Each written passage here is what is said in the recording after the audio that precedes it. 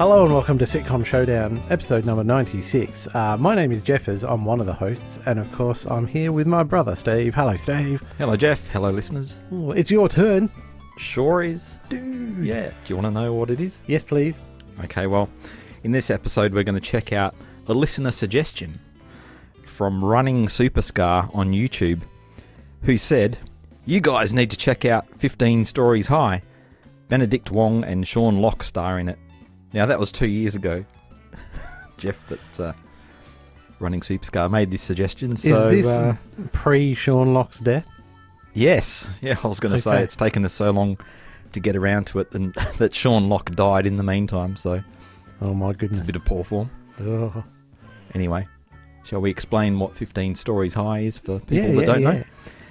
So this is a British sitcom set in a tower block, which is presumably why it's got the title 15 Storeys High. And this originated as two radio series which were broadcast from 1998 to 2000 before it transferred to TV in 2002 to 2004. Now, Jeff, the radio series were Sean Locke's 15 Minutes of Misery and Sean Locke 15 Storeys High. Now, they're both available on YouTube if you want to check it out. Oh. On a channel called Vince Clarke. Right. Now, isn't Vince Clarke the Depeche Mode or one of them sort of bands sort of dude? I was wondering that, but it's also the name of our main character. Oh, okay. Vince Clarke. A depressed, sardonic recluse who's also a swimming pool lifeguard. Played by Sean Locke. And the other main character is Errol Spears, Vince's flatmate and optimistic whipping boy, played by Benedict Wong. Mm. So let's talk about Sean Locke, English comedian and actor. He was born in April 1963, and as mentioned, he passed away fairly recently on 16th of August 2021. So he was a stand-up comedian back at the start, and in 2000 he won the British Comedy Award in the category of Best Live Comic and was nominated for the Perry Award. He was voted the 55th greatest stand-up comic on Channel 4's 100 greatest stand-up comics in 2007, which is pretty low down the standings, but then he'd gone up to 19th right in the 2010 list. Yeah, but even low down in those standings is awesome. Is it? You know what I mean? Compared to everyone over the last 100 years. Like I said, he got up to 19th. Now then he moved on to also appearing on panel shows, which is probably more your area of speciality.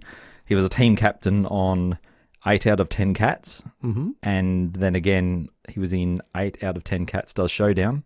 Sorry, Does Showdown. We've got that on the brain. Countdown. Yeah. Countdown. And that ran from 2012 until his death in 2021. Mm. All right, and then he was also on Have I Got News For You, QI, and They Think It's All Over. So have you got any comments on that? Because you've probably seen him in some of that. And I'll probably have to cut them out because they're part of my concluding thoughts. But it's where he shines on panel shows because he's got wit. And wit, a lot of comedians think they have it and they don't. And it's a rare commodity. And Jimmy Carr, I know a lot of people like to bag Jimmy Carr, but he is where he is because he has wit. And Sean Locke had incredible wit. And I think that's why he was so good on panel shows. Mm-hmm. Whereas you could put another comedian or 20 other comedians on panel shows. And if you haven't got the, I'm clicking my fingers, sorry about that, audio-wise. If you haven't got the wit, you're not going to thrive in that panel show setting. Yep, he was worth 20 of any other comedians. Well, very good. Certainly. What about Benedict Wong? What can we say about him? Well, he's gone on to be even more famous than Sean. Yeah. I've said a bit sarcastically that his career peaked in Series 4 of the IT Crowd when he played Prime, a character who had won the 16th Countdown Teapot and went on to referee Moss's Street Countdown Throwdown. You can see why I've got Countdown and Showdown and all these things on the brain. Anyway, we covered that in Sitcom Showdown episode 45. And of course, he's gone on to many MCU films and TV shows. And a couple of other things. In 2014, he played the role of Kubla Khan in the Netflix series Marco Polo. Oh. He's been in Black Mirror in one of those episodes. He was Master Lin in the adaptation of Deadly Class, which was adapted by the Russo brothers. Oh, yes. Also of Marvel fame. Yeah, that was done off the comic book. And he also appeared in an episode of What We Do in the Shadows. Oh. Do you remember him in that? No. He was Wallace the Necromancer. Oh, was he really? Oh, cool. Were there any notable ones in there that you wanted to comment on? No. I mean, I'm not sure if the listeners are aware, but, we're big fans of going to see the Marvel movies and things like that. So he, on an international basis, he's spread far and wide, you know what I mean? But definitely. How many of his international Marvel fans will have seen him in the IT crowd? Oh, being the more than probably having street countdown battle. Yeah. And it's more likely they've seen that than 15 Stories High. True. Yes, he's great in all those things. And I've chosen an episode of 15 Stories High called Blue Rat, which was written by Sean Locke and Martin Treneman.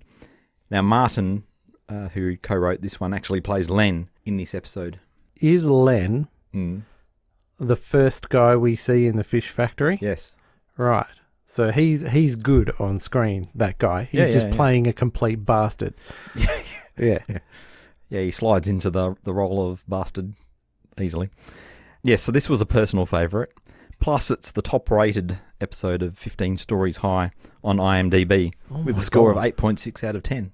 I am shocked, I must say. What, that it's that high? Good Lord. No, maybe because it's a...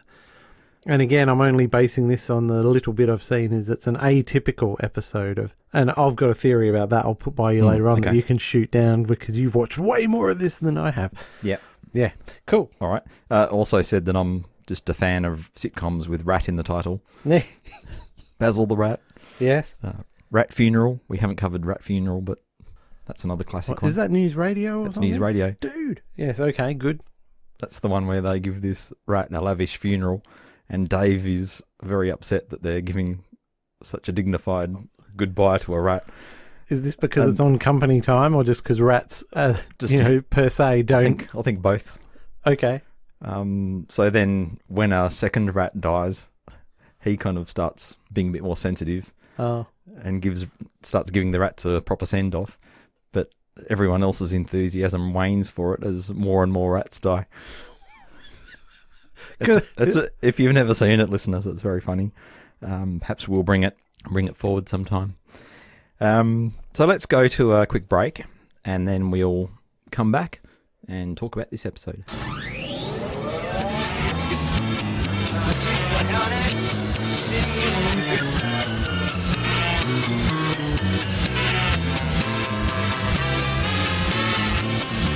You haven't got kids, have you?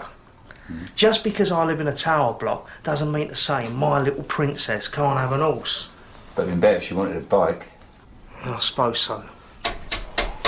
Stay there. What am I going to do? What? But... Hello, sir. I'm from the RSPCA investigating a complaint. It's the RSPCA? Oh. They don't mess about, I tell you. My auntie was a makeup artist on the Andrex adverts, and she was putting eyeliner on one of the puppies, went for a nipple. She swung round, went whoo, down the stairs. RSPCA got there before the ambulance. They're coming back with a warrant. Some nosy bastard phoned them up. It wasn't you, was it? No, I hate the RSPCA. They're going to take the pony away. They're going to take my little girl's pony away, and then she'll stop coming to see me.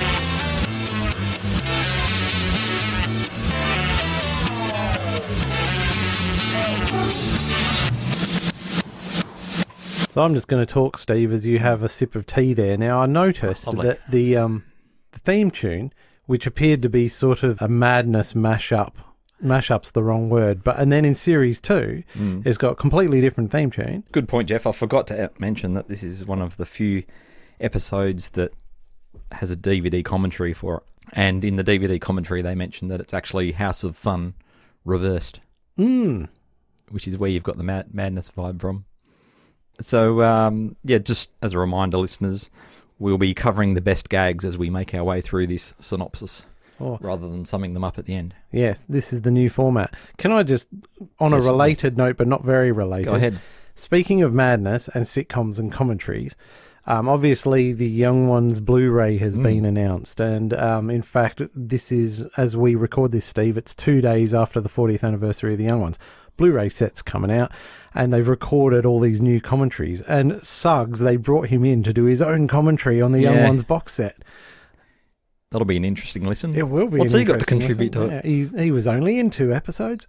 Yeah. But I think it's good to, if you've got 12 episodes and you've got, the actors or the directors or the crew or whoever, occasionally it might be good just to bring, a guest star in or someone who's not part of either of those worlds and get their perspective on it. Agreed. It could be brilliant. That's right. All right, well, let's start with the first scene where Vince returns home from shopping and he's interrupting Errol's ship bottling, which must be his new hobby. Yes. I don't think he's going about this the right way, though, right? No, clearly. No. That's the gag I put in quote marks. Yeah. Oh, come on, Jeff. So Vince is very chuffed with these purchases that he's made in a new supermarket, which replaced the old cinema on Hurley Street, which is remarkable because they kept the sloping floor. You don't have to push your trolley. Yeah. Come on, that was good. Yeah, as long as you don't put any thought into it. Presumably you come out. Yeah, you come enter at the top. You enter at the top. And check you just out kind of to make the your bottom. way to the bottom. And then all that stuff. There you go. Imagine the poor people who have to move the pallet up there to do the shelving. Yes. So the other notable thing about this supermarket is they have a policy that if you find it cheaper elsewhere, they'll be really embarrassed. Which Vince seems to think is pretty good. Yeah. Anyway, they stock all sorts of interesting Eastern European goods. And Vince has picked up some puffin chunks. I can tell your mouth is watering over there. Ooh. A cream of pork pie soup. Yeah. They did say that does sound good. Yeah. I hope it's as good as it sounds. And something called Blue Rat, which is a drink with, quote, all the energy of a rat trapped in a can. And this looks like what I think of as an old tin of condensed milk. Right, yeah. With a blue wrapper on it. Mm-hmm. And he actually drinks it by putting a hole in the top, like you would have done with a tin of condensed milk. Yeah, with his little tool there, the lever tool. Yeah. I hope the listeners know what we're talking about. If you're as old as us, you'll know what we're talking about. This is the good old days before they had ring pull top cans, Yeah, it's none of that modern. Yeah. But obviously this is a play on Red Bull, Blue Rat. You think? Yeah, because, it's an energy drink and all that. So I took the liberty of, since I wasn't afforded the opportunity to play around of how much did that cost back in 2002, I had to look up when Red Bull was created, and it first hit the market, God knows where, in 1987, Steve. One of the greatest years in human history. But so I didn't know Red Bull had been out that long, but I think it might have been a couple of decades before I made it to Australia. I was going to say, I'm supremely shocked by that. Oh, I thought you might have been off base with thinking that Blue Rat was a play on Red Bull, but now you've convinced me. Yeah, so it had been on the market for 15 years by the time this show came out. Yeah, very good. Yeah. Take my word for it. Don't do any research. Yeah. Errol, like you, is not very impressed with Blue Rat. I don't think he tastes it, but he's not keen on the concept, I don't think. No, do you want a rat in your mouth? Yeah. I don't know. Sorry, Steve, I'm holding you up with all this. We're 30 seconds into this show. Pausing to think about that. Probably not. So now we go to the first of a number of short scenes which are typically intercut through 15 Storeys High. And www.comedy.co.uk describes them like this. In addition to watching Vince and Errol, we dip in and out of the lives of the other occupants of the tower block. There's wife swappers, Bible bashers, lap dancers, hopeless stoners, embryonic boy bands, hygiene freaks, men who shout at TVs, and even a bloke who keeps a horse in the spare room. So these scenes that they use in between the main scenes of the show convey the kind of craziness that living 15 Storeys High can bring you. But I'm not particularly a big fan of these interludes or cutaways. What about you, Jeff? No. There was one decent one where this guy, obviously he's got a mail order bride who's not come to terms with English particularly strongly at this point, and he's got a bloke on the phone, and I can't remember, was that this episode or the other one I must have watched? Anyway, so he's saying, hold on, Derek, or whatever, to the bloke on the phone. He wants to go get his pen, goes to the kitchen drawer that's got all the junk in it, as you do, and he can't open it because, his wife's put the fish slice in the wrong way, and it's now stopping him from opening the drawer. And this goes on and on and on and on. And, I was sort of torn between going, this is hilariously, brilliantly well observed, and where is this ever going to end? And I sort of went back and forth between the two. But yes, when there are other cutaways, like that guy who's just smoking on the couch, and his flatmate, whose hand we can see on the arm of the couch, but he's obviously so whacked he just can't get off the floor. Yep. And the camera's just sitting there on these guys doing bugger all, and I'm thinking, get on with it. Anyway, but I'm assuming there's another episode in the series that you would have had to have seen that makes that incredibly hilarious. It's just like, no. Not that I'm aware of. No, oh, boo. So hang on, let's clarify for me and the listener. Have you watched the entirety of the two series? I have. Okay, cool. I watched series one a long time ago, probably when the suggestion was made. Nice. And I've more recently watched season 2. Okay. Or series 2. Oh. Yep, but they're not explained or set up or anything like that. The majority of them anyway. Okay. So if you're looking for a deeper meaning, it probably doesn't exist. It's amazing that you use that exact phrase, because I was looking at some YouTube comments on the other episode I watched, and someone's in there and he's picking out these cultural references from that episode of 15 Storeys High, and he goes, there's got to be a deeper meaning to this, and he's trying to connect them all and getting very frustrated, and someone says, leave it alone, dude, there is no deeper meaning. What you see is what you get. It's just random stuff. Anyway, anyhow, all that having been said, yes. I'm not going to cover any of these little scenes. I'm just going to summarise what happens to our main characters. Nice. We all good with that?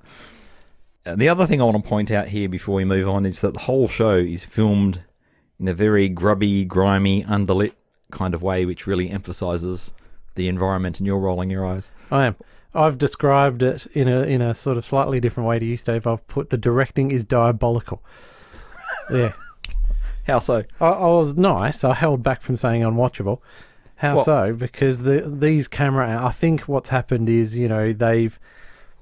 I'd consider this in many ways a non-traditional sitcom. And I think perhaps, because I'm down on the direction, the director might have tried to do it in a traditional way and thought, this does not highlight this stuff. This ain't working. This isn't funny.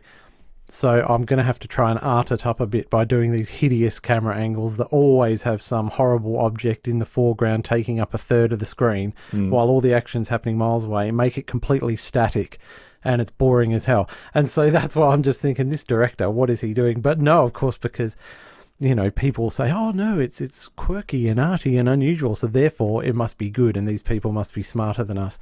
And I'm just thinking, are you kidding me? This is terrible direction. But apparently the dude's awesome. So I know nothing about direction. This is the thing though, is like when we do Sitcom Showdown, I never really comment on the direction because I don't know about such things, and so it washes over me. And in a way, it's like music in a show is the music's doing its job if you don't notice the music. Yeah. The direction's doing its job if you don't notice it. And if I'm sitting there watching a sitcom going, good Lord, this directing is awful, then it must be not doing its job. There you go. How's that for my took you out of the take of that? Took you out of it. It did, man. I want to see the close-ups of the thing, not a third of the screen being taken up with a fish. You know what I mean? Yeah, all right, fair enough. I was going to mention also on the subject of the environment and everything that the interior of Vince's apartment, now this must be only when it's viewed from the angle of the window looking in, is a set, and everything else is filmed on location. I was going to say, because every single set and location, it's all 100% convincing. All right, so back to the action. Errol's alarm goes off at 3 a.m. Now, why is it going off at 3 a.m.? He's got a job interview at the fish market, and he's stumbling out into the kitchen, and he finds Vince standing at the balcony window with binoculars, and he's watching a flat on the 5th floor. It's the block opposite theirs, right?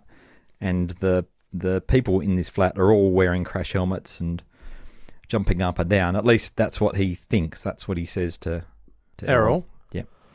Now he's got a few blue rats under his belt at this point, so I think we're meant to think he may be an unreliable narrator at this point. Okay.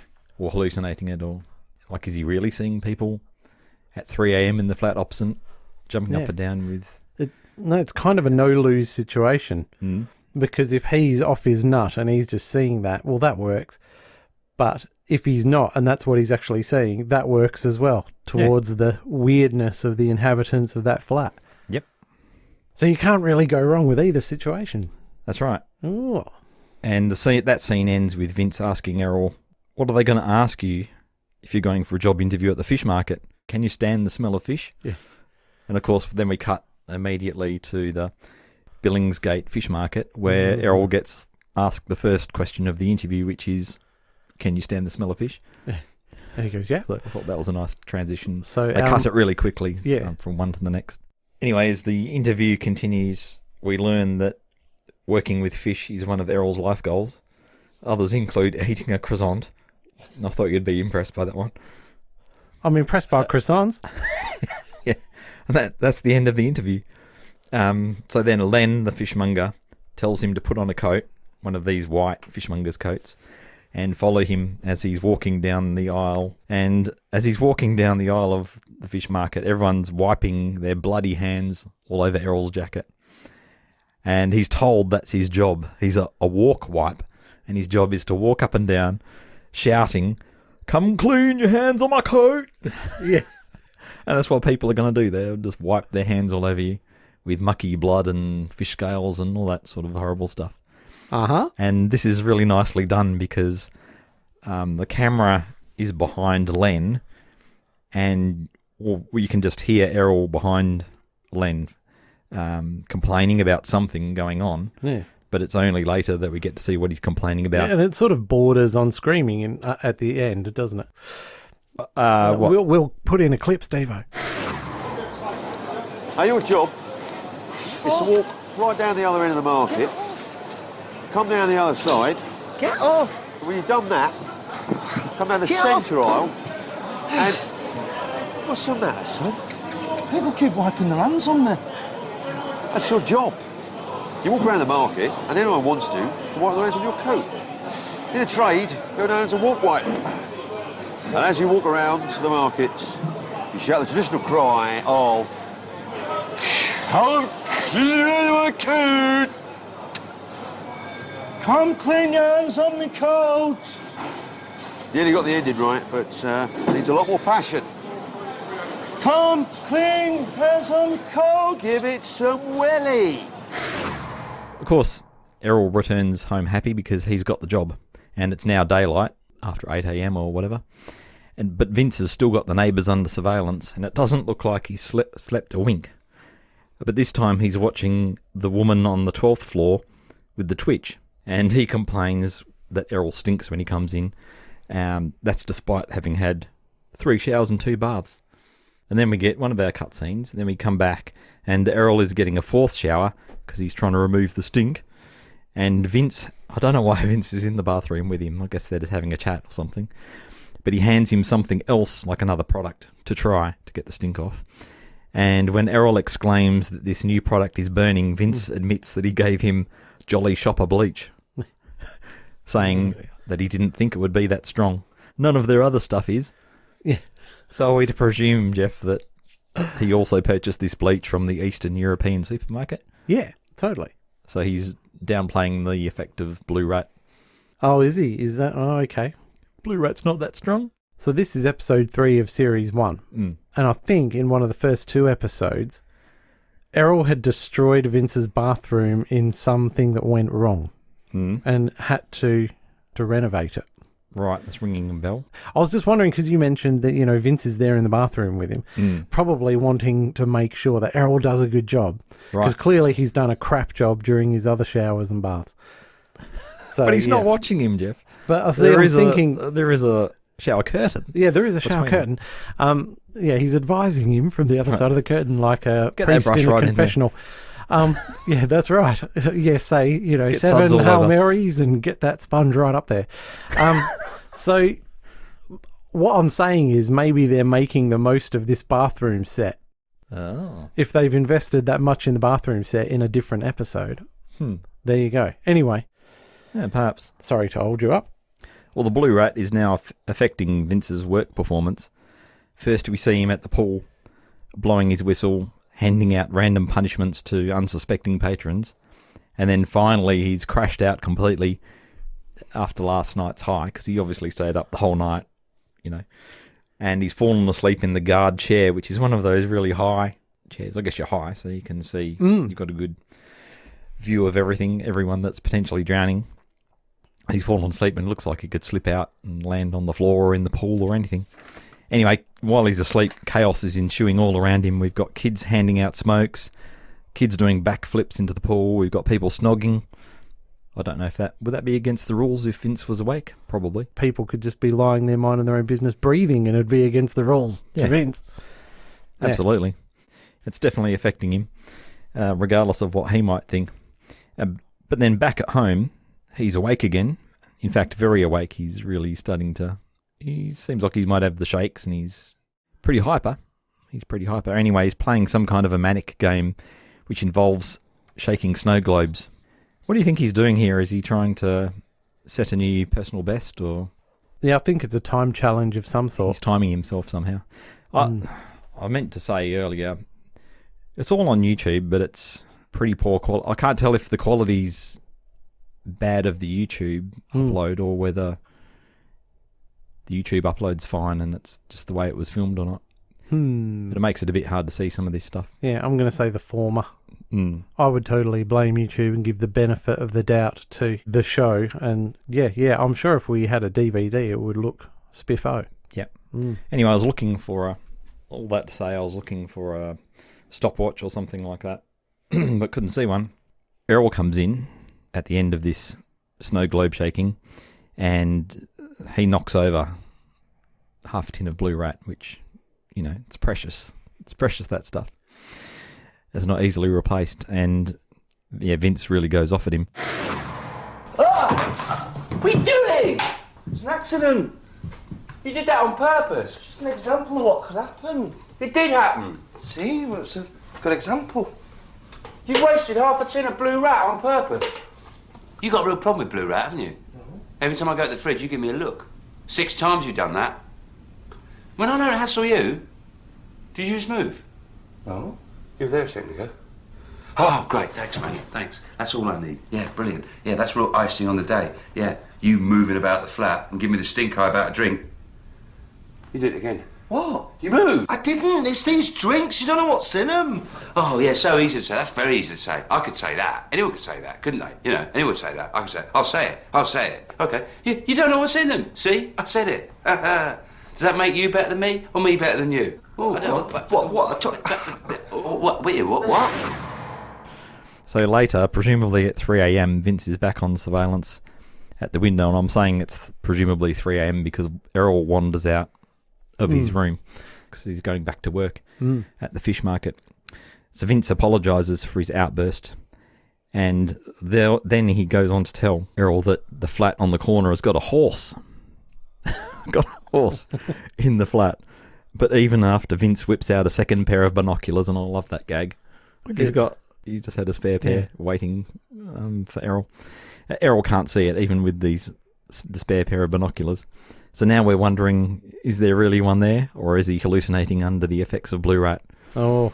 So Errol's scoffing at the idea of this person having a horse in their flat, and he says, wouldn't the neighbours hear it and tell the council?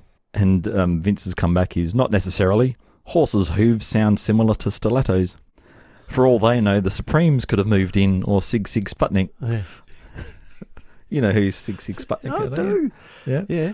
A British new wave band formed in 1982 by former Generation X bassist Tony James. But I don't recall ever hearing their music. I remember seeing the name or something. Wow, I do. Okay. You do? Mm-hmm. I think I just read the list of singles they put out, and none of them rang a bell. Yep. Something F11 was one of theirs, and the other song. I haven't Love said... Missile F111 or something. Is that what it was was called? Yes. Oh, it's all coming That's back one to you. of those. Yeah, it'll eventually come back to me. The old brains. Yeah, right. Where were we? Vince is defending himself and he says, I haven't said something ridiculous, like there's a camel in there with lemonade in its humps. Fair point. You like that one? Oh. Anyway, this horse sighting is about to become an obsession. And at this point, we've got two distinct plot lines moving forward. We've got the horse in the flat opposite and the fish market. And continuing his surveillance, Vince later sees someone pulling a bale of hay up the stairs. Or does he? Yeah. Let's keep going and find out. Meanwhile, so Errol's gone off to work and the training at the fish market continues. Now his new task is to sex the whitebait. You know, the whitebait, the little tiny fish? Yeah. Yep. Divide them into male and female, and the reason he's told to do this is because female whitebait is a delicacy in Denmark. Mm-hmm. But he finds it quite difficult to follow through with the direction that he's been given. It's a bit of a strange job. Well, yes, it is. Anyway, it's daytime now, and Vince finishes off the last of the blue rat. And the next thing we see is him knocking on the door of the, I'm calling them the horse suspect, across the way. And after being really persistent at this guy's door, he gets an admission from him that there really is a livestock in his flat. And he says, 6 months ago, my daughter had an operation. She nearly died. I swore that I'd do anything for her if she pulled through. And so the thing that his daughter wanted was a horse. She eventually had to settle for a pony because that's all that would fit in the lift. Yeah. I love that because he obviously he got a horse. Yeah. Brought the horse to the apartments. Failed. Couldn't get it up. Maybe he tried to get it up the stairs. That didn't work either. That's hilarious. Yeah, they're painting a very vivid picture there. Very, very good. Anyway, his daughter visits every week because he's separated from his wife, which is a bit of a sad story. And Vince says, I thought this place lacked a woman's touch. Yeah. With the hay everywhere. Could it be the hay and the manure and the pony? Oh, it could be. Are you going to point out that this is the great Perry Benson? No, I'm not. Go ahead. Dude. So as soon as I saw that, I just went, Perry Benson. And he pops up a few times in this program. Tell us about Perry Benson. Various characters. Oh, right. Well, okay. Well, he was in The Young Ones, and he was in Filthy Rich and Cat Flap, obviously, and blah, blah, blah. What did he play in those then? Okay, so in The Young Ones, there's a cutaway where Ben Elton, it's like a Grange Hill thing, and Ben Elton's one of the Grange Hill kids going, oh, Mr. Such and Such and blah, blah, blah, blah, blah. So that's settled then. We'll organise a protest against school uniforms. Great! We can use the banners left over from the last protest we organised so that racism wouldn't be an issue in this school. Good, then that's what we'll do. I'll get Mucker, Trucker, Ducker and Sucker. You get Spaz. But I am Spaz. Oh, well, I better get Spaz as well then. But we've got to hurry. Oh! Sorry, Mr. Liberal. We were in a hurry. Hang on, you pair of young scruffy tearaways. Don't you realise the way you act is influencing millions of children to talk Cockney and be insubordinate? Oh, come on, sir, don't be silly. We're the only kids in Britain who never say... Have you got Perry Benson on your list? I'm trying to get Perry Benson. Is he still kicking? Oh, yeah, man. He's he gets in stuff all the time. Oh, now you can ask him about... he's really good, yeah. Perry, have you got a pony? Did you keep the pony? Did they let you take the pony home? Yeah.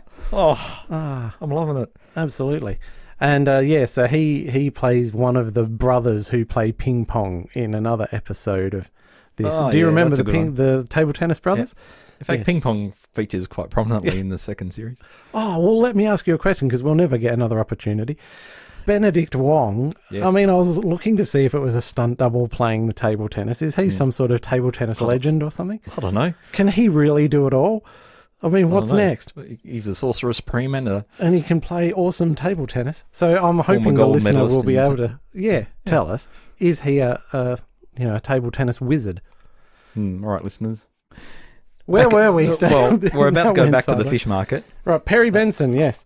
Perry Benson. And now we're back at the fish market. Errol is having lunch, or could it be Smoko, with Steve, who's one of the other blokes.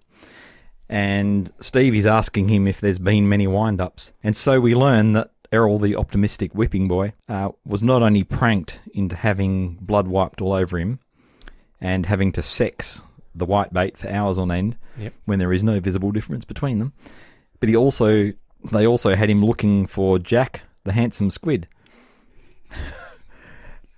Now, Errol's like, what? And he says, how do I know then if they're pranking me or not?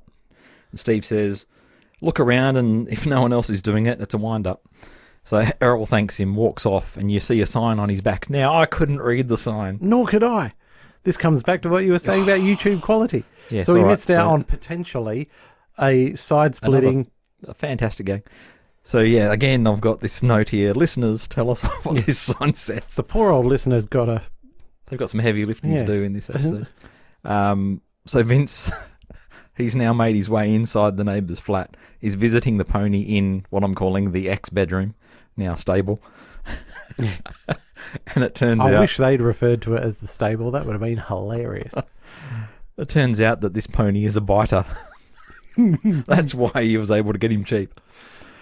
So because he hates anyone taller than him. Yeah, so what you have to do, you have to get down on the pony's level. So both blokes are kneeling on the floor, and Vince says, it's a bit unhealthy, isn't it, all this manure? And the other guy says, I was putting it down the toilet, but it got blocked up. And Vince says, I don't suppose they were designed for this kind of poundage? No. Which is classic. The entire, everything about the pony scene and situation is pure gold. Yep. And then there's a knock on the door, and it's the RSPCA inquiring because they've received an anonymous tip-off that he's got a horse in his flat. Now, it's implied then that Vince is the one who's tipped off the RSPCA, right? And this bloke asks him directly, was it you? And he says, no, And I I hate the didn't know. RSPCA. Which he does. But he could be making that up. So, what do you think? Did Vince call the RSPCA? I don't think he Knowing did. Vince, I would say no. Okay, cool. We're on the same page on that one. Yep. But he won't. So the problem we've now got, or the problem the neighbour has now got, is that although the neighbour has refused to let the RSPCA come in to search for the alleged horse. Yes. When you say neighbour, we don't mean the pony bloke's neighbour. We mean Vince's neighbour, the horse bloke. Yes, the horse. So that's neighbour in a pretty loose pony term owner. because presumably he's in a completely different building. Yeah. Okay, Yeah. sorry. I'm just clearing it up for the listener. So the RSPCA has been rebuffed in the first instance, but they're coming back with a search warrant as soon as they can find a judge or who are the other people that sign off on a justice of the peace or something? I don't know. Possibly Whoever. so. They've got to go and get it authorised. Then they're coming back for a proper search. So the neighbour is begging Vince to take the pony temporarily, so that when the RSPCA comes back, they find, well, he's probably going to put the bedroom back together. There or might something be a like bit that. of a whiff, but there's still no evidence that there's... Yeah, that's right.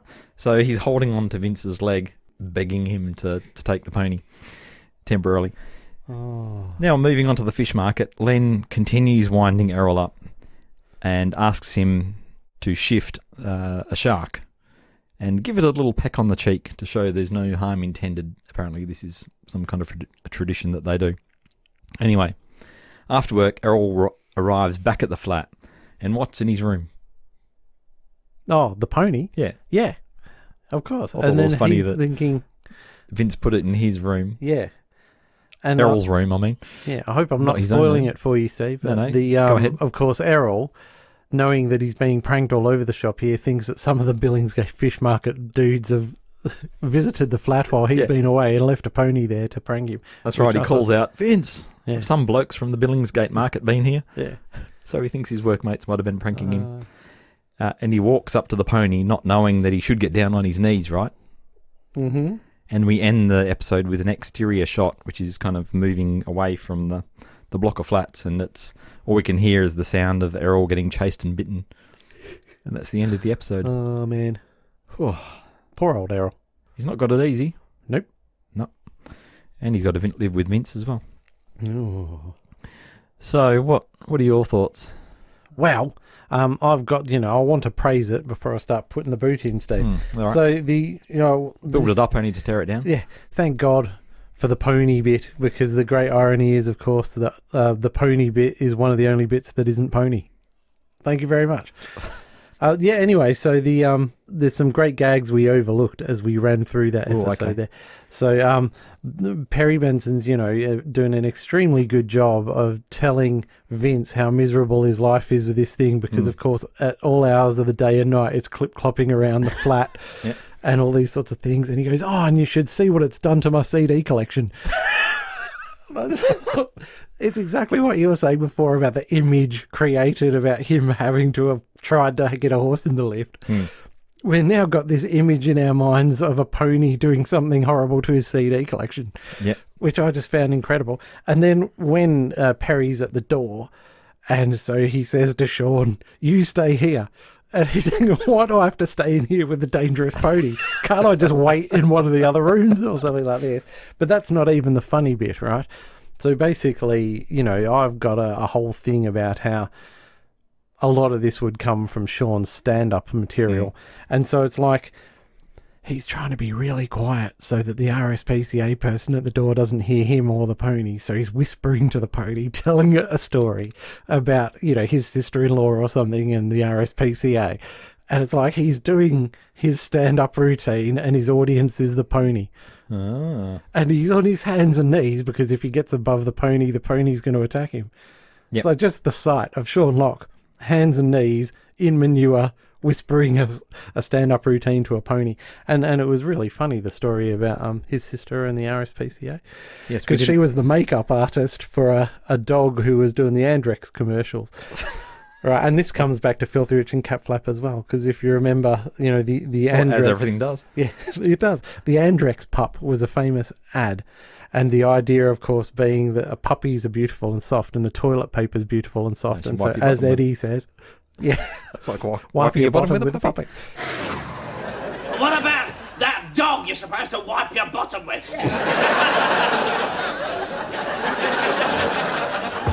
If you are referring to the gorgeous little Anthrax pup, Edward, it's got a toilet roll in its mouth. The idea is that the paper's so lovely and soft that... It's like wiping your bottom with a puppy. So, yes. Perhaps what they're saying is the paper's so bad you might as well feed it to the dog. Except they've got an elephant in the new ads. Where does that fit in? I shouldn't think it would fit in. I'm telling you, they're saying feed the paper to the dog. Yeah, and wipe your bottom with the elephant. So there you go. Sorry. So all of that pony stuff, Sean Locke, brilliant. The whole setup, brilliant. And Perry Benson, brilliant. And the pony did a great job, I thought. Yeah. Wow. There wasn't two people dressed up as a pony. Which actually, that would have been pretty good. And I was going to say that story that Vince is telling telling the pony about the RSPCA does probably factor into our thinking that he was not the one that dobbed pony owner into the RSPCA. Mm-hmm. What else have you got? Oh, wow. Okay, well, here's what I was thinking might have been slightly funnier and improving one of the gags in the show. So when, I wasn't really on board until Errol gets that job as a walk wipe, right? And after he's been told he's a walk wipe, they cut back to the flat with Vince doing something. And I thought, that's really cool. And then so they go walk wipe, and I thought, oh, yeah, so right. Obviously, this is a universe where a walk wipe exists. And I thought that was really funny. But to be then told later on that it was just a wind-up, it turns it from that's a funny idea to, they're just being mean. It would have been much funnier to have a walk wipe being a real job at this market than it is to, they're just playing a trick on him. So that's where I thought they should have left it as it was. But that would have destroyed that whole plot line. Yeah, I don't know how you would have continued that on, though. No, you wouldn't have been able to continue it on. Well, okay, so I'm going to just dip into my thoughts a little bit here. One of the things I liked about this episode was that you didn't know what was real. Then at pretty much the same time, in back-to-back scenes, you realise that Vince is not seeing things and Errol is getting wound up because through the scene we just talked about the walk wipe and the white bait, you're not really sure, is this something that they actually do. Oh, okay. Or is it just a wind-up? But then pretty much at the same time, both get revealed as being real things. I like what you were saying about the plotting and how you've got the two rails of plot there and then the reveals around the same time. Yeah. The other thing I like is that the way the plots come back together at the end, where Errol finds the pony in his room, so the pony comes back into it, and then he thinks he's pranked. So yeah, they've brought it back around. Yeah. Right, where are we? Oh, are you completely finished, are you? Or have you got lots more thoughts? I've got a couple of other thoughts, but they're just general summing up. Oh, man. Shall I tell you about my adventures in watching this other episode? Sure. Dude! Okay, so I watched one. I thought I'll select one from Series 2. And so I watched one called, I think it was Car Boot and Pigeon Poo or something like this. Yep. Are you familiar with this one at all? Yeah. So they had 4 lines of plot instead of just, the piffling 2. Is 4 biting off more than one can chew? I don't know, Dave. 4 seems like an awful lot. Yeah, it does. I thought 3 would be the typical max. Oh. Anyway, so what I liked about that one is, there's several things going on. There's a car boot sale. And so, Vince and Errol are selling stuff. In fact, everyone from the tower block's got their own little stall and they're just selling stuff to each other. Meanwhile, there's a pigeon poo situation where a lady in a flat above them keeps feeding the pigeons and it poos down on the thing. That creates the third plot thread where the young blokes have their ciggies outside. They're getting pigeon pooed on, so they've since had to move, and the only place they can find to have their ciggies is in the lift, which means that every time Vince gets into the lift, these highly aggressive young chain smokers are in there trying to pick a fight with him, and so he has to avoid eye contact and all that. Yeah, or breathing or whatever. So then they've got to go out and find the lady whose apartment is the pigeon lady sort of thing. You know what I mean? There's this whole adventure they go on there, and they end up walking around London and doing all this stuff. Anyway, the what I'm trying to get towards is that what I love in that episode is it's those two guys working in a pair. They're not stuck in the flat. They're out and about at the car boot sale. They're out and about in London. They're doing this, that, and all the rest of it. And when they're working as a pair, it's much better. And I just found I liked that episode a lot more. Whereas, you wouldn't... If you were doing a Laurel and Hardy movie, you wouldn't have Laurel spending the whole movie in the fish markets and Hardy sitting around a flat doing bugger all, right? So that's why I think this episode falls down, is because basically the only time they do see each other is when they're sniping at each other, and they're both on their own separate journeys, if you know what I mean. Pony stuff aside. But anyway, so I always do that when I think I didn't enjoy this episode, so I'll go and check out another episode, because I could totally be wrong, and I probably am. Is that why you think this one's atypical? Yeah, that's why I thought this was atypical. Do they normally do stuff in a pair and go into the real world? Because if it's just being stuck in the flat, then it's... No, they do some together, but oftentimes it's like this. Oh. Yep. Did you read that the pilot had a laugh track to this sitcom? Oh, the pilot had a laugh track. I was going to say, they do spend a fair bit of time together. In the scenes at the window, the scene in the bathroom. So it's not... They're not doing stuff actively together outside or anything like that, but they do meet at different points in the plot. Yeah. Anyway, it's probably a personal taste thing and observation. Oh, and the other clever bit about the walking around London in that episode... Yeah, I really should have picked this other episode. You really should have picked this other episode. Is that the way they've presented it is you don't have Vince and Errol being followed by the camera walking around. It's presented as a series of tourists' home videos. So you've got this American couple who are looking at the camera and waving, and they're standing in front of this London landmark. And in the background, you've got Vince and Errol, and then they come around beside them and walk in front and then apologise for walking in front of this person's camera. And then you cut to the next lot, and they're walking through another London landmark with Japanese tourists this time, and it's their video. And I just thought that was a really unique and amazing way of presenting. I've never seen that in any other show ever. And I just thought, wow. Anyway, so if that was the same director, then, ultimate praise to that director dude, and then, God. Yes. There's another funny episode in season 2 where talking about them getting outdoors together. Yeah. The night before, Vince has had a skinful, and he somehow brought a plough home from a pub, Right. It must be a plough that decorated the ceiling or something like that. So this must weigh like 100 kilos or something, does it? Anyway, he gets it all the way home. And then the next day, of course, he has to return it.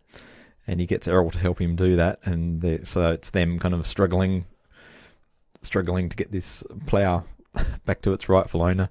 And basically scratching their heads and wondering how he managed to do it by himself in the first place. Is that the strength of drunkenness or determination or? It was the strength of drunkenness. Yeah, oh man. But the problem was he wandered through the churchyard and completely shredded up not the graveyard. gravestones. Oh, Steve! Yeah. And the guy says, you didn't even go in a straight line. He said, yeah, I know, because I dropped my keys. Then I was trying to find them on the ground. But he pulled the plough behind him while he was essentially it. Instead of just leaving it. He said, I didn't know if I'd be able to find it again afterwards. Oh, my goodness. Yeah. Well, that sounds fantastic, Steve. Well, much more entertaining than looking through the binoculars at the people. But as you say, when he pulls out another set of binoculars. Yep. The knocky-wockies. Here's another one I prepared earlier. Yeah. So do you think, Steve, and this is what I find tremendously interesting, is this was recommended to us before Sean Locke died, right? So the listener that's recommended this obviously holds it in pretty high regard. Yep.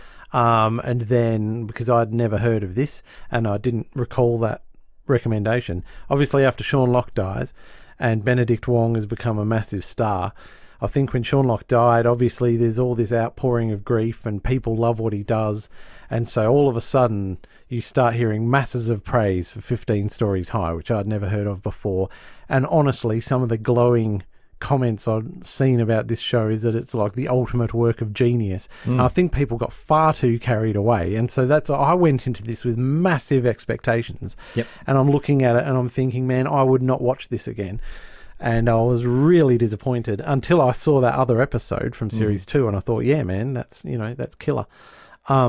And then I looked at what it was up against, So, I mean, you look at series 1 of 15 Storeys High, that's competing with Black Books, which has a much better misanthrope in Bernard. It has a much better downtrodden sidekick in Manny. It does the surrealism better. It does everything better, right? The plotting better. And hence why Black Books travelled all the way around the world and sort of entered my consciousness here in Australia.